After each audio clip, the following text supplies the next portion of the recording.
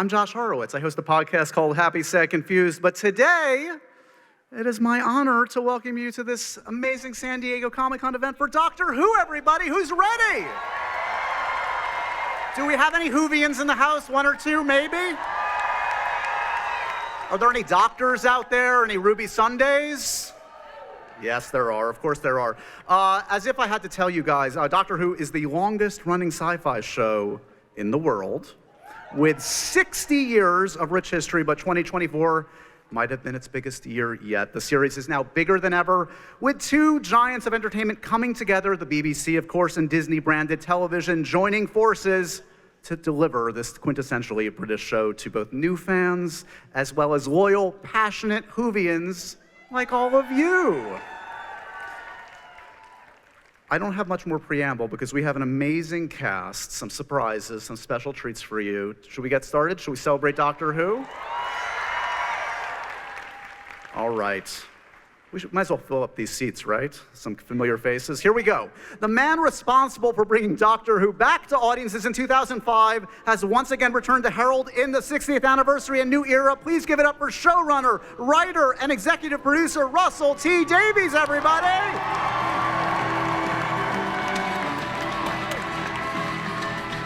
Joining Russell on stage, we have one of the Doctor's youngest ever companions and best friend who has joined him on board the TARDIS. Please give a warm welcome to Ruby Sunday, played by the talented Millie Gibson, everybody!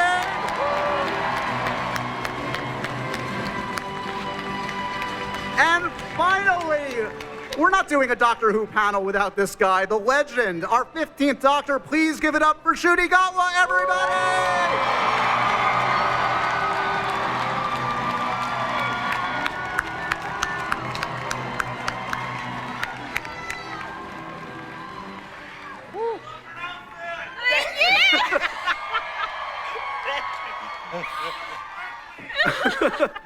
Most important thing, you have fashion approval, Ncuti. How do you feel? Validated. We're done, guys. We did it. Yeah, this is great. We should say, I don't know if you guys know this, Ncuti and Millie, welcome to Comic-Con, your first Comic-Con, everybody. Make them feel welcome.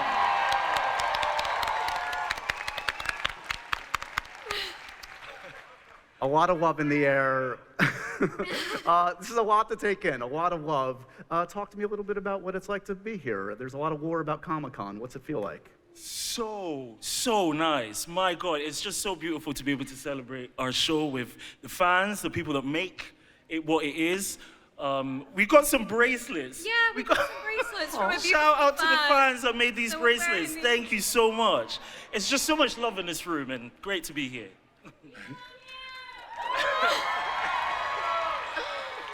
Have you yet, I'm sure there are some Doctors and Ruby Sundays out there. Have you seen any cosplay yet? If not, you're gonna see them soon, I'm sure, Millie. I've seen some online, but no one today. Shout out if you're wearing any. Oh, come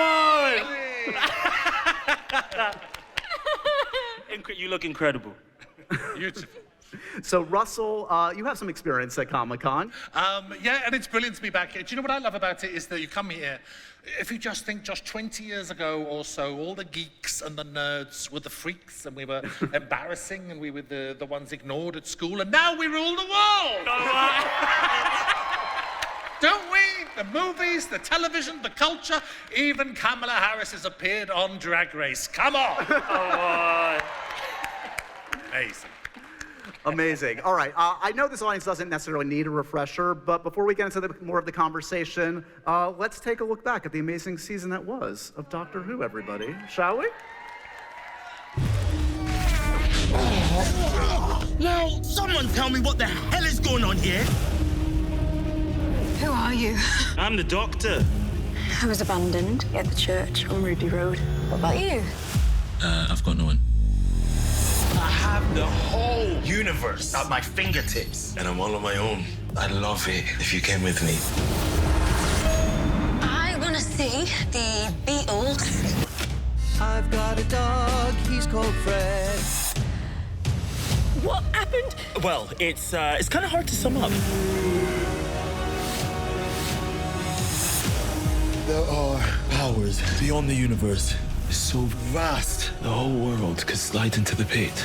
He said, my legions are coming.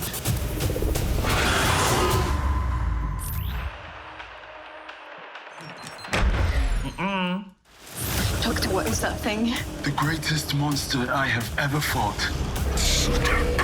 I have traveled with you for all this time. Every living thing will perish. Wondering how the world survives without him. Well, that's classified. I think I can say skin of our teeth.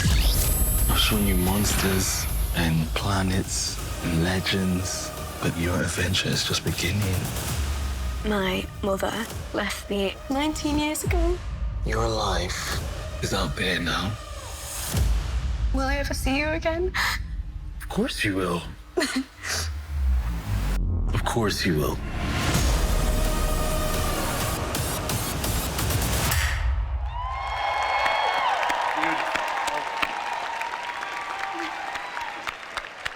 Is that the biggest screen you guys have ever seen Doctor Who on? Because that's slightly bigger than the TV in my living room. It was a really bad angle as well. I was going to watch it myself. Exactly the way to watch yourself, right? Ncuti, Millie, talk to me a little bit about the privilege. There's of course pressure, but it is such an honor, I would think, to continue this legacy. The balance between pressure and privilege as you guys jumped into this amazing universe. What's it been like? Oh, it's been incredible. It has been absolutely incredible to join like what feels like the biggest family in the world, the Whoniverse. But the pressure fuels you because it's a show that like sits in so many people's hearts and souls, and we just wanted to do our best with it. And it's an absolute honor to play a character that's been going for 60 years. That is just beautiful. It's been incredible. I don't quite have the words at the moment. Yeah. But amazing. For you, Millie, I mean, you must have to let that go once you get on set. You have a job to do and you commit to the job, but there's all this too. No, I take it with me. I'm like, getting on set and I'm like, I've got all these beautiful people behind me. But yeah, the show is nothing without the fans, and I think what makes the fans so beautiful is how they just accept every flaw in your character, every pro in your character, and they're just so beautiful. And yeah, I couldn't be Ruby without having the fans, so yeah, it's really beautiful. Russell, talk to me a little bit about, this is obviously, again, 60 years of history here. Since you revived Doctor Who in 2005, it must still shock you to see where we are today, doesn't it? Completely. You never could have dreamt that this was going to happen in 2005. And with all respect to the show that goes all the way back to 1963. Do you know the best surprise I had? When Rogue was going out at 7 o'clock on BBC One. Thank you, streaming, but I was watching on BBC One. And Rogue was going out, and it gets to the scene where the Doctor is singing Kylie Minogue. I'm not kidding, my phone bleeped, and I thought, who's texting me in the middle of Doctor Who? And I picked up my phone, and it was Kylie Minogue. Oh my God! I'll show you it later. Who was watching? She was watching, and she went, oh my God, the Doctor's singing my song. And I said, please leave me alone, Doctor Who's on. That genuinely happened. She was watching. They thought that she was watching Doctor Who. Oh no, you think she's busy, being glamorous or something. And so it always takes you by surprise. There's always something mad about to happen with it. Yeah, that's not routine with any TV show. We can attest to that. Do you remember when these folks stepped on set and you knew you made the right call? Oh, I was there at the audition, and you naughty kids. It was kind of instant. It's like, and I've been in a million auditions, and we felt the buzz, we felt the excitement. It was a good session. Do you remember it? Yeah. Oh my God. So first we auditioned Ncuti, then we put Ncuti with Millie, and it was the day after you'd finished on Coronation Street, or your last episode had gone out. So there was a buzz in the air. I always think it's amazing that I came back to do Doctor Who at the same time you were deciding to leave Sex Education, Ncuti, you were deciding to leave Coronation Street, and the luck that we converged onto the show is such a joy. Thank you. Thank you for giving us a job.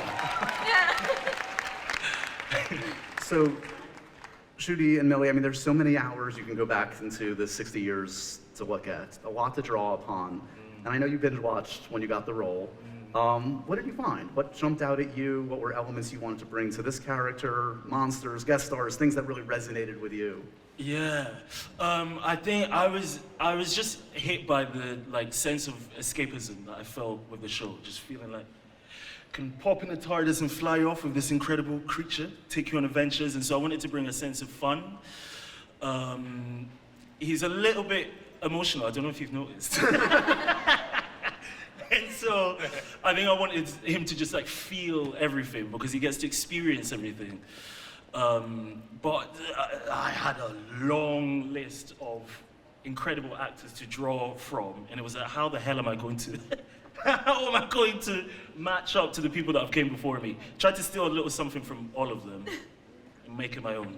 Russell, what do you say to your actors? Like, do you say, look at past companions and doctors for inspiration, or do you say make it your own? Actually, never. I mean, thank you for doing that research, but when you've got 60 years behind you, that would take an awful long time to say, come on, we're doing 60 years. But actually, no, you employ Ncuti, you employ Millie for them to make it their own, for them to be themselves, for them to push it forward. You know, I love the legacy of the show.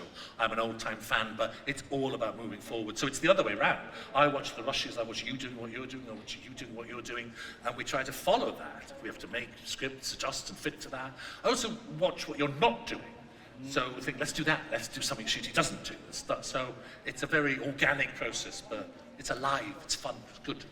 And something obviously that keeps it fresh is the guest stars throughout the many seasons, including this past one. There's some amazing guest stars this past season. Do you write with specific people in mind, Russell? Or? No, because normally their agent turns around and says no. That's £1 million. The only one I did really have been, I didn't write it with this person in mind, but when I'd written it, I thought this would be perfect, was Jinx Monsoon. Hooray for Jinx Monsoon. Oh, it's just an astonishing fortune, Nathan, that's Jinx. And I'm lucky enough to kind of know, I know Jinx's husband, and I knew that during the lockdown, Michael sat Jinx down to watch the whole of Doctor Who. So I knew them too. So you can't guarantee that, but I knew it was just a chance. But the other stars you had so much fun with. All of them. All of them. All of them. Oh my God, this show has a knack of bringing in such incredible actors with so much heart. And everyone has a bit of an experience with Doctor Who, so they come with so much love for the show as well. It's amazing. Jonathan Groff. Jonathan was, that was great. Great. He can do anything. Yeah. What a lovely man. Yeah. For you, Millie, does any moment stand out with the many guest stars this past season? Oh my gosh, it's hard to choose, but Indira Varma was a big one for me. In Bridgerton, she kind of just came in with this zest of cheekiness and life, and she improvised so much stuff with me, and I was like, oh my God, I can't match this level of genius. She was amazing, honestly. Funny. She's funny. Yeah. She's funny, and she, as the Duchess, was just genius, yeah. Do you guys put in any recommendations to Russell? You're like, this would be an interesting actor. Alex Kingston. We're going to crowdsource ideas in the audience if you want to line up. A multi-doctor. Yeah, Gillian Anderson. Gillian would be brilliant. Yeah. We're going to manifest this today. Millie, I mean, one of the joys of this past season was discovering that it was very much your journey through this world. Did you know that from the start, that how key that journey was going to be to the storytelling? No, I mean, we got Russell's scripts through every kind of month. Oh, here it is. Here it is. December 24th, 2004. There it is. She can make it snow. She can make it snow. Stop doing that. I know. Stop doing that. Sorry, this is so embarrassing. What they don't know, they don't know this just happens when Millie walks around, and they incorporated it into the script. So yeah. I wrote it in. Yeah, no, I didn't know who my mother was, and it made it more heartbreaking and easier to act, because I was genuinely like, Russell, you just tell me. But yeah, we got Russell's scripts through every month or two or so, and every time I was like, Ncuti, have you read the new script? He's like, no, it came through like 5 minutes ago. But yeah, so that was a constant just keeping. And I didn't want you to know because Ruby didn't know. Yeah, so exactly. No, it helped. Thank you. Yeah. Really helped. Yeah. How do you think she changed, the Ruby we see at the end of the season versus the start? Oh, I think in good ways and bad ways. I mean, traveling with the Doctor is fun, but the PTSD you must get from it every time travel on this journey, and you're like, oh, we nearly died anyway. But yeah, I think she definitely grew. I mean, she found herself. She went on a journey thinking that she just wanted to find her mother, but she actually just found who she really was, and she found the Doctor as well, and a lot of other people along the way. But yeah, I'm very excited for her journey to carry on and for people to see that. I was going to say, obviously back for next season, the story is not complete for Ruby Sunday, needless to say. Before we dig more into the next season, Russell, always a lot of rumors about Doctor Who and where the universe is going. Where the Whoniverse is going. Yes, it's here. And I'm here to make an announcement in Hall H. Hooray! Which has probably been leaked online, but there we go. I'll pretend it hasn't been. We have got a new spin-off coming from the Whoniverse, a brand new show, What Happens When the Doctor Isn't in Town. That's what these shows are about. How does the world cope? And so we've got a 5-part spin-off coming called The War Between the Land and the Sea, which is the story of the Sea Devils from Doctor Who, which were creatures from 1972. There's a race that lives beneath the oceans. They wake up and they see the state of the oceans that we have put it in. We have wrecked the place, and it is war, and it's war on an epic scale. It's got a tremendous cast. I'm here to announce that it is starring Russell Tovey, who we love, and Ugu Mbata-Raw. These are the two leads. We're so excited to work with them. They have both been in Doctor Who before. They're not playing the same parts. This is not Midshipman Frame teaming up with Tish Jones, which I would write, actually. Why not? Big Finish can do that. But look at those two actors. We're so very lucky to have them. Also coming in The War Between the Land and the Sea is Gemma Redgrave as Kate Lethbridge-Stewart. Oh! And Alexander Debriant, who's Colonel Christopher Ibrahim who's been in Doctor Who before. And there will be more. That's not all the cast are announcing so far. But we're so excited. It starts shooting in August. And it starts shooting across the world in August. Very exciting. So, hooray. Yes. News to you guys too. Does he key you in on what's going on in the We've extended... heard rumors. A little bit. You know who to talk to.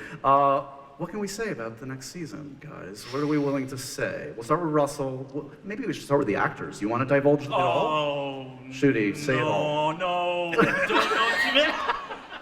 Just act out everything.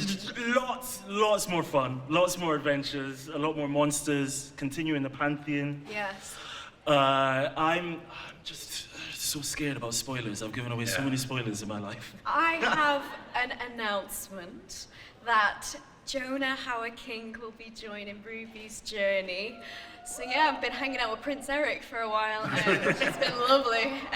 So yeah, he'll be a part of season 2, which is really exciting. And also coming up, of course, we've got the new companion joining these two, which is Varada Sethu, who I'm going to announce is going to play Belinda Chandra.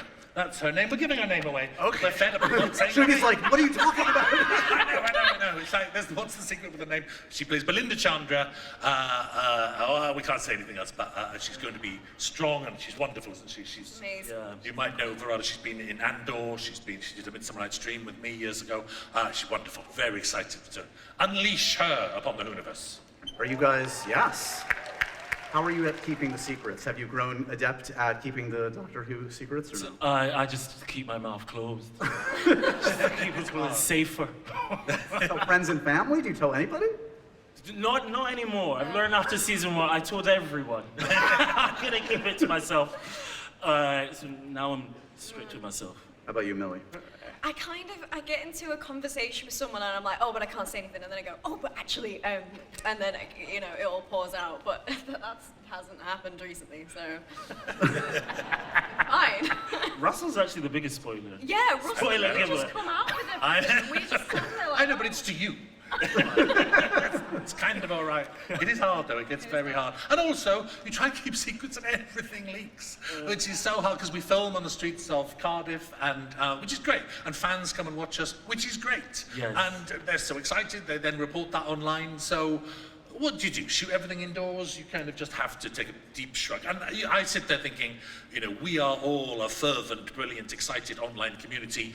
A lot of people aren't in that community. My sisters wouldn't read a single thing online. They sit watching Doctor Who like, oh wow, what a surprise, like that. So the leaks don't get to everyone. So I think we have to quite happily just say, if you like leaks, then you're having a very happy life, because there they are.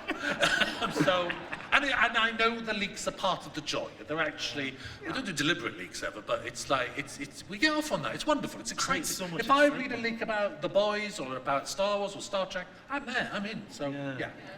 When you clock a Doctor Who fan from like 50 yards away, from a football field away, like, do you see it in their eyes? Starting to. Yeah. Starting to. I'm like, you're a Whovian, you're a fellow family member. Yeah. We can tell that they scream when they see you. That's a dead giveaway, probably. Yeah. Before season 2, of course, we have to talk about the Christmas special, guys. A long storied history of Christmas specials for Doctor Who. Before we get into talking about it, we're talking about guest stars. We have a very special message from a very special guest star in the Christmas special for Doctor Who. Let's take a look, guys. Hello, Hall H. It's me, Nicola Coughlin. I am so sad I can't be at San Diego Comic-Con with you all, but I hope you're having an amazing time. So I am thrilled to be joining Doctor Who for the Christmas special this year, and I am so excited for you to meet my character Joy, a determined woman whose life is changed forever when she meets the Doctor. I had the best time shooting this episode with Ncuti and the whole crew. I cannot wait for you all to meet Joy. Now, before I go, I want to personally give you all a first look at the special coming this Christmas to Disney Plus and BBC iPlayer. Enjoy!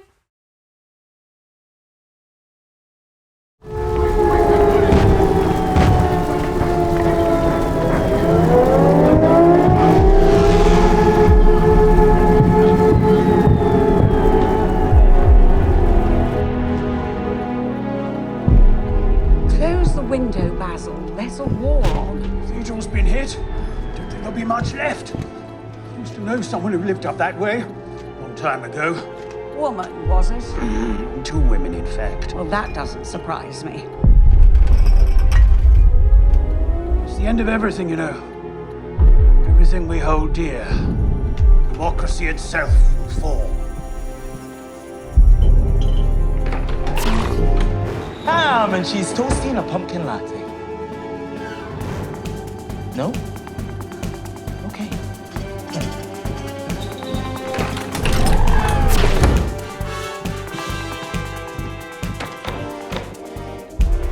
It's locked. Well, that door's always been locked. What is that door?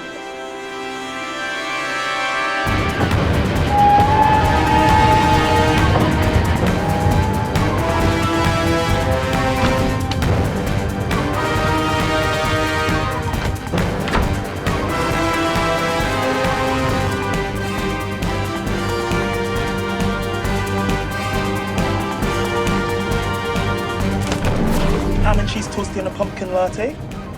Who are you? Wrong room. Never mind.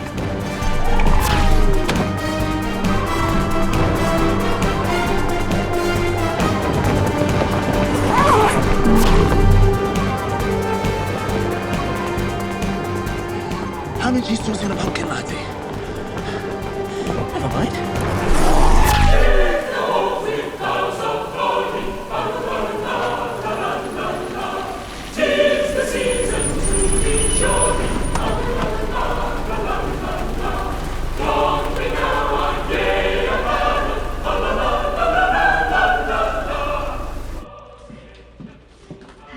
Do you have a room, please? Just for the week. Single. Oh, does it show? Room, I mean. Oh, it's quite pink. Bathroom's through here. There it is, the ensuite. Is it here? Oh, it's just that door, isn't it? There's always a door like that in a hotel room, a funny locked one. Anyway, I'll go get you some towels.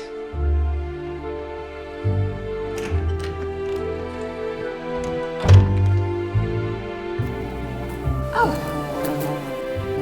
Hello. Merry Christmas. I'm Joy. Welcome to my room. And I thought I was going to be lonely.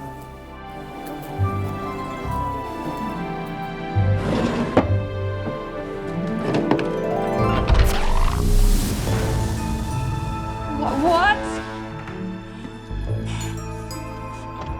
The starseed will bloom, and the flesh will rise. What? What is going on? Ham and cheese toasty and a pumpkin latte.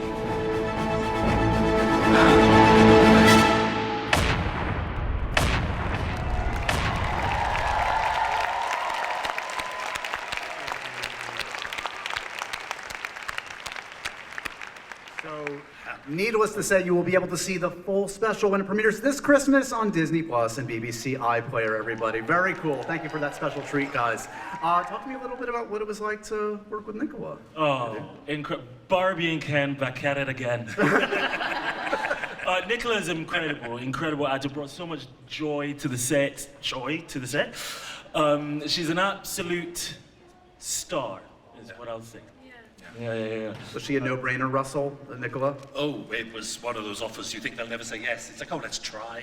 And then it was an instant, yeah, she's gorgeous. She's a proper star. I love her. Yeah. Why do you think the Christmas specials have become so intrinsic to Doctor Who? Why do they work? Why are they such a beautiful tradition, you think? I think it's a great family time, Christmas. No matter what sort of family you've got, whether it's your real family or your chosen family or your invented family, so there's something that fits Doctor Who about that. There's a very long tradition, certainly in Britain, of the whole family sitting down to watch it. And Christmas is just themed, you know, it's big, it's got music, it's got a soundtrack, it's got snow, like you.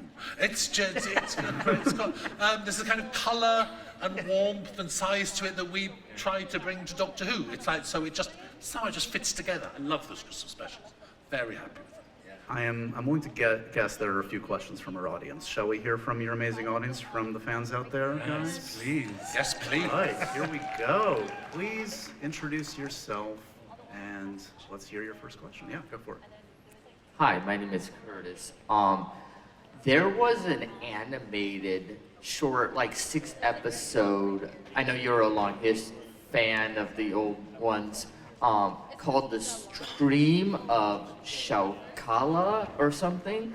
I was just wondering, do you consider Richard E. Grant an official regeneration of the Doctor, and if not, kind of why not, and what your thoughts on that? I think that's called Scream of the Shalka. That was written by Paul Cornell, who's probably at Comic-Con. Is Paul Cornell here? Are you here? Is he there? Oh my God. There we go. Hooray, my old friend Paul Cornell. The man who wrote it is over there. That's amazing. That was back in 2004 or something.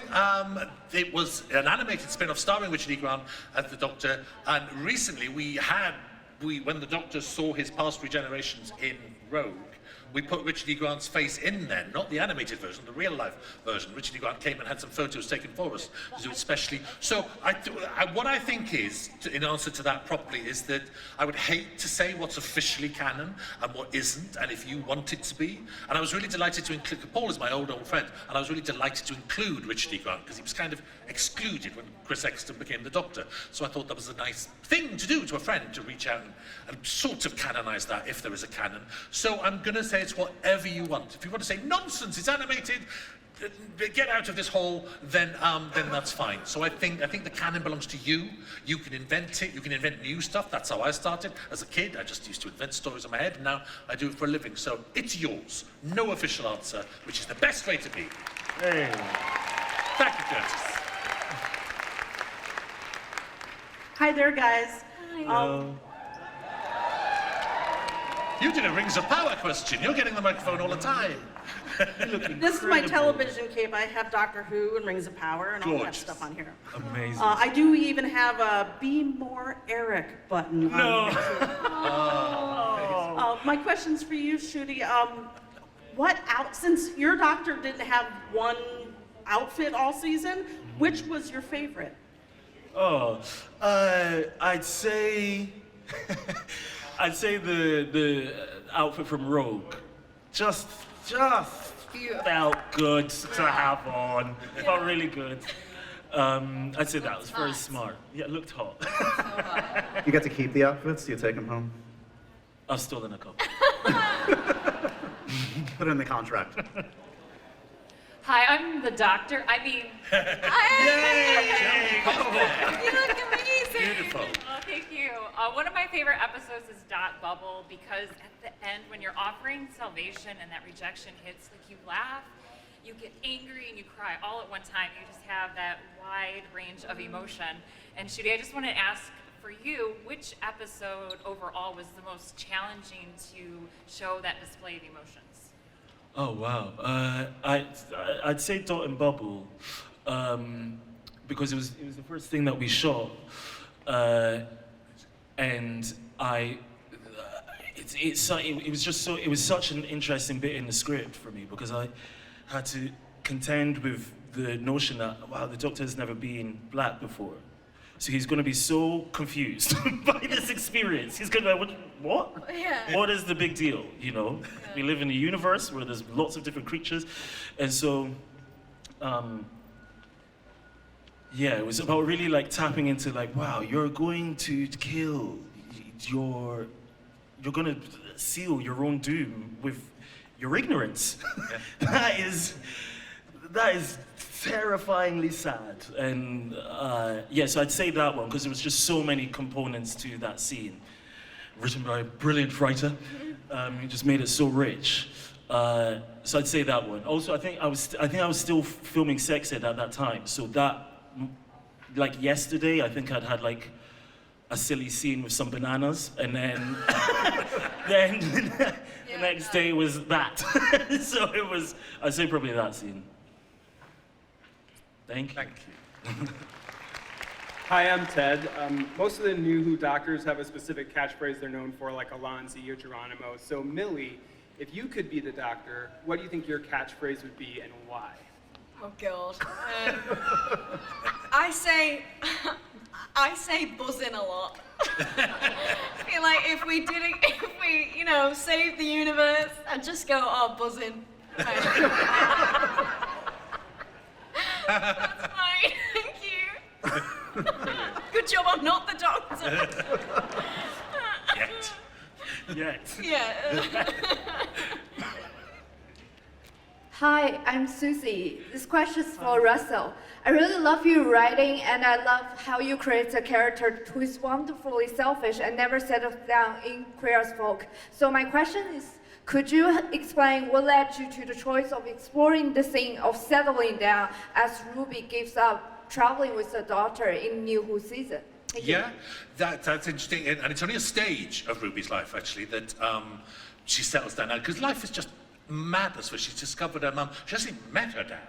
He's off stage, Will, and it's just not the right time to go and go off to Mars with the Doctor. I wouldn't call it settling down. I don't think she settles down at all there. She's actually going to build a whole new life, and with her mum, with her birth mum, with her, with Carla, and so it's such a rich time. There's more of that to come. It's very important to say that she left the Doctor there. Millie is so coming back, and Ruby is coming back in the second season. And actually, you mentioned PTSD from all the travels experiences, and we actually dramatise that. We see something, because of course it's mind-shattering what you go through with the Doctor, and trying to build a new life after that is very hard. So that's a great source of story. So you'll see all that coming. But settling down, I don't think. But the love of her family there, I think, is overriding everything. And it's sad that the Doctor doesn't have that. It pays off for both characters. It's like Ncuti plays the sadness of that final scene so beautifully. So I hope it's rich. I hope it's rich. Leads us somewhere. Thank you.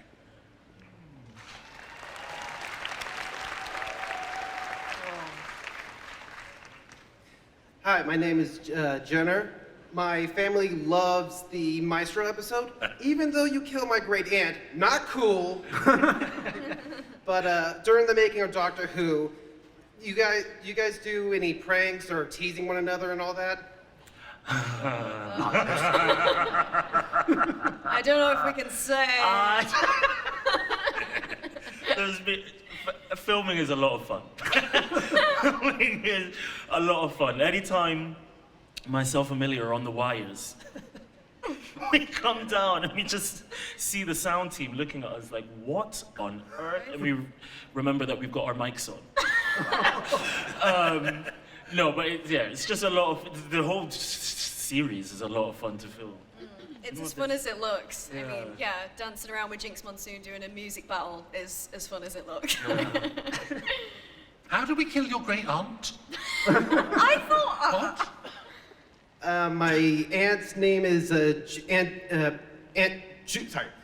June Hudson. June away! June Hudson. June Hudson, everyone, is one of the costume designers from the BBC back in the 80s, 70s, 80s. Do you remember? The old, who designed one of Tom Baker's very classic costumes, the burgundy scarf and the burgundy coat. We love June Hudson. Hooray!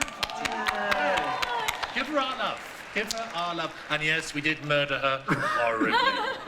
We didn't, Maestro did. Maestro. Maestro did. I feel like 6,000 people have a personal connection to Doctor Who in this room. Like everybody has a very specific connection. What a great aunt to have. She's gorgeous. That's so cool. Amazing.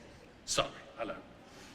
Hi, I'm Sarah, and my question is, so one of the central things about Doctor Who is the relationship between the Doctor and the companion. So how did you develop that relationship, and what does it mean to you? Oh, that's such a beautiful question. I Beautiful mean, it was so there as soon as we met each other. I remember the first episode me and Ncuti actually filmed together was the Christmas ep, and you kept having to say to us, guys, they don't know each other yet. Stop being so friendly. Stop being such good friends already. So it was instant, and I kind of walked into that room being like, oh God, are we gonna have chemistry? And then I met Ncuti and I was like, wow, he's such a charismatic guy. Maybe he just has chemistry with everyone. So I didn't really know how it came off to you guys. So yeah, it was just magic. I've said this, I think, a million times everywhere, but for me, like Millie walking in, and Millie's characterization of Ruby informed me as how to, like what Doctor and Companion vibe would be. And it just felt like two cheeky school kids at the back of the back of the school bus, but with big hearts that want to save people and be naughty. But you came in with such wit and like a sharpness and like a huge heart, and it just really brought that. The script was obviously always incredible, but you brought such life out of it. The funny thing it was very easy to develop a chemistry with Millie. You're very charismatic. You're charismatic. You're charismatic. No, you are. No, you are. All right, who's more charismatic? You've always said you let the naughty kids at the back of the bus, and today we got a bus from the hotel to Hall H, and they both went and sat at the back, and we're naughty. You're like that. All the gossips at the back of the bus. They acted really loud. To be honest, just finding both of you back when we were trying to get over here, like, where'd they go? They're just being naughty. They're all right. I know. You know what? Our flight here is 11 hours, and me and Ncuti spoke for 4 hours. We checked how long we had left on the flight, and we were like, we've been speaking for 4 hours. Flew by. Crazy. Thanks. Go for it. My name is Jeff, and first of all, I just want to say thank you so much for the incredible queer energy you have brought this.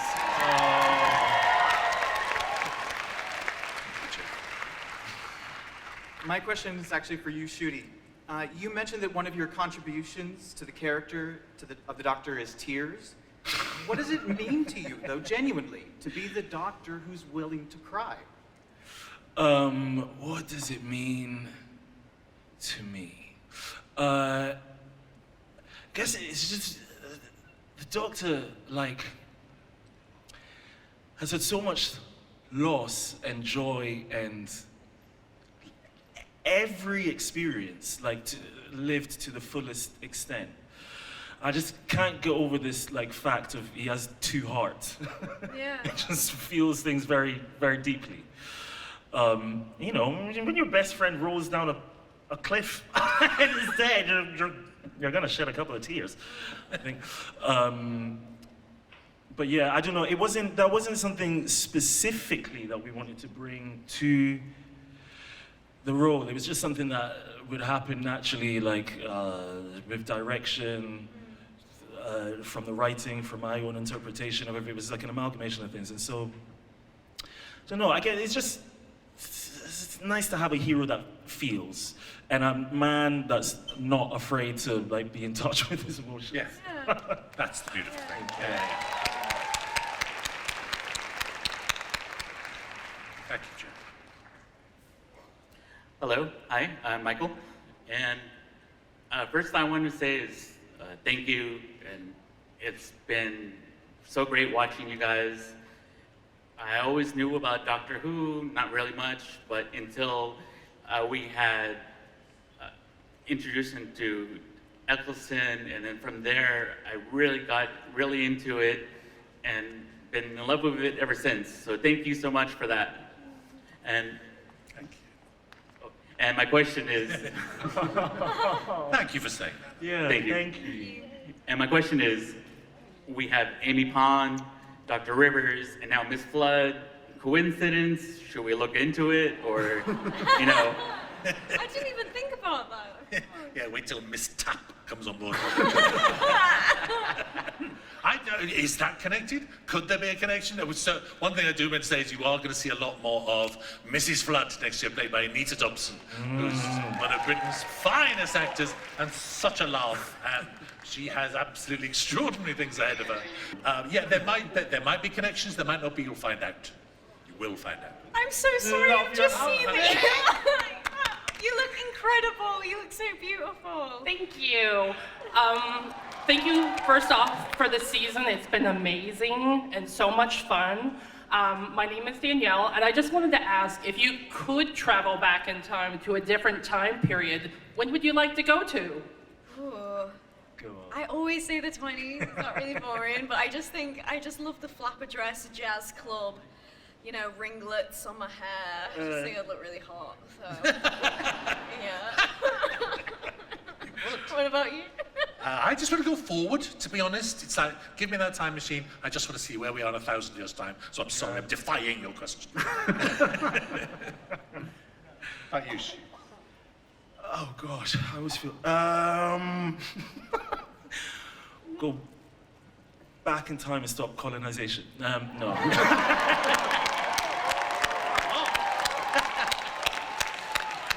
And also to the future. I want to see what happens to us. I want to see if we fix the climate. I just want to see us, you know, push through. Yeah. Yeah. Yeah.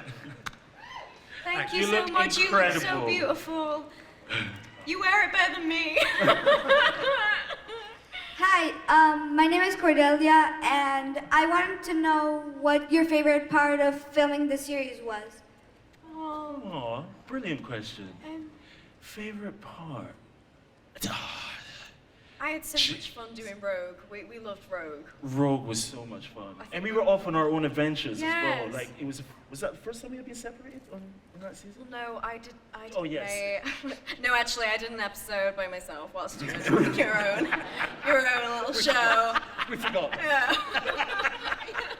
Which was brilliant. Flipping brilliant. Yeah, Rogue was a lot of we fun. had a lot of fun. And then we had so much fun with Jinx as well. Jinx was just so I was trying to play kind it so to us. cool with her as well. I was such a fan. Yeah. There was so many beautiful dance scenes we did in Rogue. So that was a lot of fun to learn and to. Thank you. Thanks for your question. Thank you. Thank you for an amazing season. Super fun. The Whoniverse has like so many cool and amazing alien planets and alien worlds and races. Which one would you want to meet the most? Which races we would like to meet them? The Ood. The Ood. Oh yeah, that's fair. But also, I'm desperate to meet a Dalek. Really desperate to meet a Dalek. So desperate. What are those lizards that live underground? Lizards that live under. Oh, the Silurians. Them. Yes. Them. Yes, they're related to the Sea Devils, who are in our new spin-off, the one between the land and the sea. Yeah, they're like the land version, and the ones that live under the sea. Yeah, that they would be mine. The Sea Devils, they'd be good. Yeah. Thank you. Thank you. Hello. I think I speak for everyone when I say we need Strax. Is Strax okay? Will we see him? What's going on? Strax is a Sontaran, played by the lovely Dan, that lovely man, that lovely actor. No plans to see him yet, but anything can happen. I will pass that on to him. I'll say he's in demand. He's lovely, isn't he? He's brilliant. One of Stephen Moffat's great creations. And Stephen Moffat, by the way, who wrote the Christmas episode. We forgot to say that. That's written by Stephen, who created The Weeping Angels, Blink. He's the man who wrote Sherlock with Mark Gatiss, and he wrote Boom for you two, and he wrote Joy to the World as well. So I'll have a word with him, because Strax is in the Paternoster gang, isn't he? So I'll pass that on. Thank you. Another great outfit. Yeah. We got the glasses. Oh, yeah. hey, come on. Hi. Hi, I'm Juliet, and as a drama teacher, my question is really for Ncuti. With the energy and everything that comes with your doctor, how much of that was influenced by your work with Knee-High? Come on. Someone's done the research. A lot. Yeah, Knee-High was an incredible physical theatre company based in Cornwall in the UK, spearheaded by Mike Shepherd and Emma Rice. And it really formed me as an actor. I was never the smartest at school, but I was always good at sports and PE. So like physicality is where my strength lies. So what did they do? What did they teach? What did they? What, Knee-High? Knee-High, what did they? Well, no, it's a physical theatre company, so they put on shows and put them on. But they're now part of the curriculum. They're part of the curriculum in England. Really? I'd say a lot of my energy comes from that time. Yeah. Thank you. Hi. Hey, I'm Groovy Johnny, and I'd like to know how you would change up your acting strategies between green screen and actually, an on-set, physical, constructed set. And lastly, I'd like to know how many grams of dalacanium are in your favorite dollar cupcake recipe. 7. Yeah. 7 grams.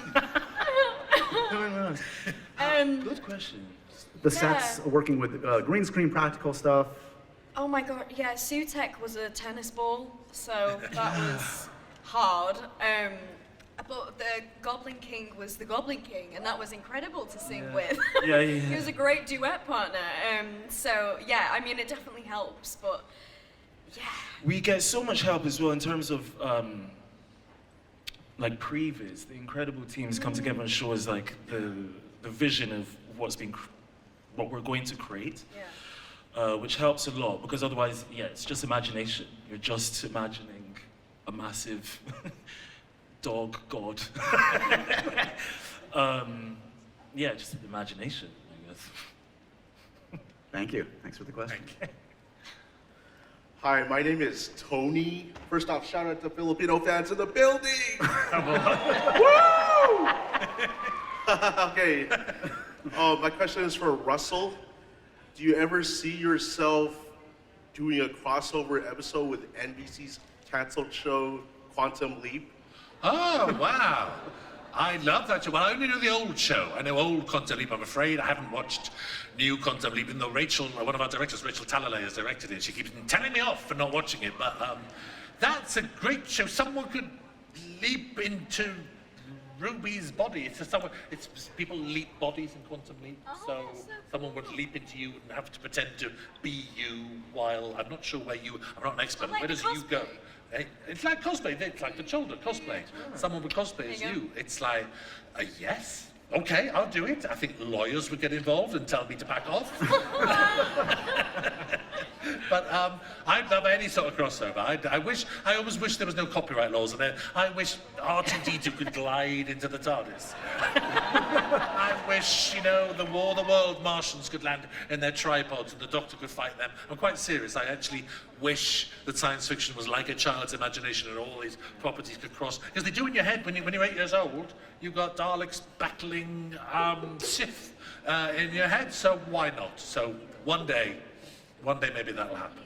You've just given legal backstage, Disney and BBC Legal, a lot of work to do. Yes, no work will be done on this. Thank you. My name is Only Chris Sang. I'm a rapper, whatever. Anyway.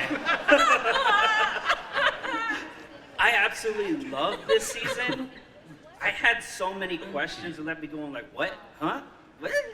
And it's still not answered. However, one of the things that I loved were the musical numbers. And I have questions about it, because some of it breaks the fourth wall, and I'm like, will we get more musicals? Will it ever be explained? Or is it just going to be part of the show going forward? And if it does, I'm a fan. I think it's part of the show going forward, to be honest. It's breaking the fourth wall. The fact that we all know that phrase means that it's very well known. It's a thing. Lots of things do it. Lots of shows do it. And I like it. I think it's fun. I think everything I've ever written is just one beat away from them turning to camera going, what do you think? So, and personally, don't you ever talk to a camera? Oh, I in my life, I pretend there's a camera there just to give love to. You know, just someone if says something happens. stupid and you want to go, oh, yeah. Yeah. So that camera is genuinely there, I think. So I can promise you more music. I'm sure many people are delighted to hear that. Come on, you want properly rap. Go on, rap. There's more music. And yes, there's some great, and there's a very, very. It's not a musical episode. I was about to say it's not a musical, but there's an episode that's packed full of songs. I shall say no more. I'm giving away too much, but yeah, we love all that, and it's enormous fun. And Doctor Who should be everything and do everything and go everywhere, and songs are part of it. Absolutely. Hey, thank you. So, thank you. Before we let Russell ruin the entire next season, the spin-off and everything, don't go anywhere because we're going to do something fun right before we wrap. But some reminders. Of course, the latest season is now streaming on Disney Plus and BBC iPlayer. I want to thank this amazing panel, Ncuti, Millie, and Russell. This fandom is like no other. Thank you guys for your support and your enthusiasm. Thank you. Does anybody want a selfie maybe with this group? Should we do a selfie, Russell? Come on. We're doing a selfie. This is your chance, guys.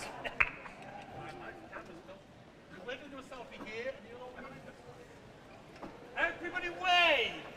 Come on! Everyone wave! Everyone cheer!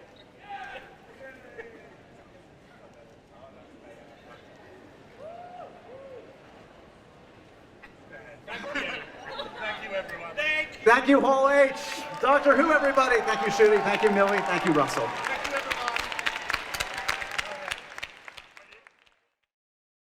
Don't forget to click below to subscribe to the official Doctor Who YouTube channel.